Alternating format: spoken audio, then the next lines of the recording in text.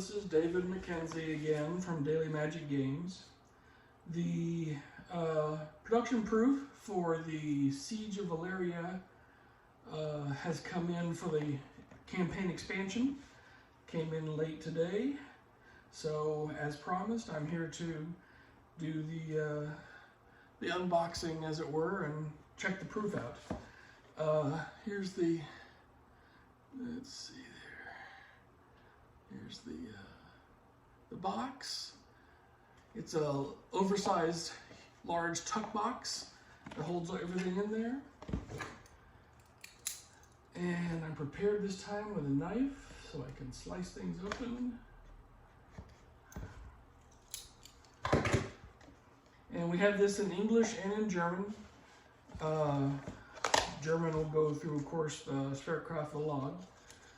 So, there's the inside. Can you see there? Let me move this here. I don't know, you can't see very well. Yeah. But anyway, it has a rule book, which is kind of bent over in the box. I don't know if I did that when I opened it with a knife or not. I'll check the other German copy in a little bit and see if it also has a little rip in it. But you know, it's got the same style as the other one, as the other rule book, except that it's in a much smaller, more compact format. The campaign expansion adds in boss cards, which are basically super siege engines. They require you to beat them twice, 2 different ways, in order to defeat them. It adds elite troops, which are troops you need to defeat with exact dice. So this one has a 3 and a 3 on it, so you've got to use a 3 die and a 3 die. It's got commanders, which is the boss of the siege army, which gives the siege special powers.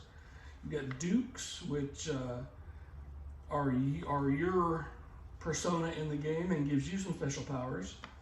You got bonuses that you get for the next game if you win the first game. So each time you win a game, you get a bonus that you carry on into the next game. And likewise, if you lose the game, you get a penalty that you bring into the next game. And it's got 3 starter champions that start out on your fortress. So it's got all that, and it's got all of that explained in text and icons and all that good stuff, with lots of details on all the different cards, so you can know all the ins and outs of everything. There is a new token here. This is the damage token. If I can get it open. The little wooden X with a circle inside of the circle.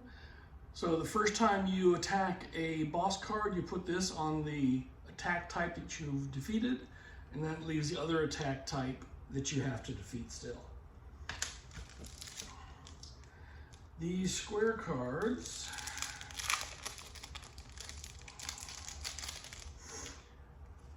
contains a new reference card, so with all the extra rules and how that is changed from the base game. It's got 1 new siege engine. Should have 2 copies of that, I think. There it is. That's the spin blade, kind of like a blade shooting engine. So you got an extra siege engine. That means you'll have 10 siege engines in your deck. 10 different ones, 2 of each. So then you got the bosses, the Abomination, and the Chaosium Umbra, and the Juggernaut, and the Mo-Zorotu, and Pharaoh's Curse, Raging Giants, and Vermithrax. I'm sure you all know where Vermithrax comes from. So anyway, there we go. We also have the elite troops. These are I believe it's 16 cards. 16 elite troop cards. They're all unique, and they all have requirements of you have to use specific dice to defeat them, and they all have new special powers.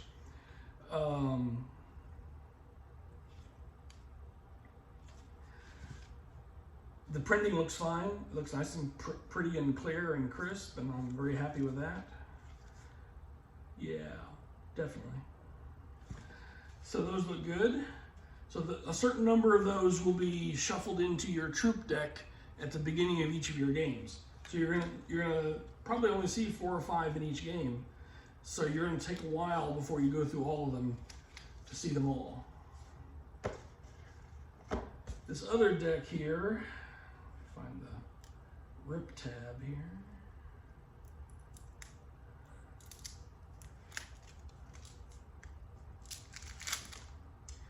Contains the penalty cards. These are the cards you get if you lose a game that you carry into the next game.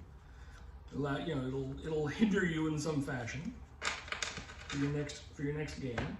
You have the 2 new event cards that are added to the original event game.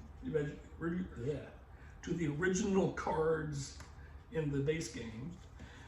You've got these Duke cards, which will give you a special benefit that you can use throughout the game. You've got these Commander cards, which are the enemy commander and gives them special powers throughout the game.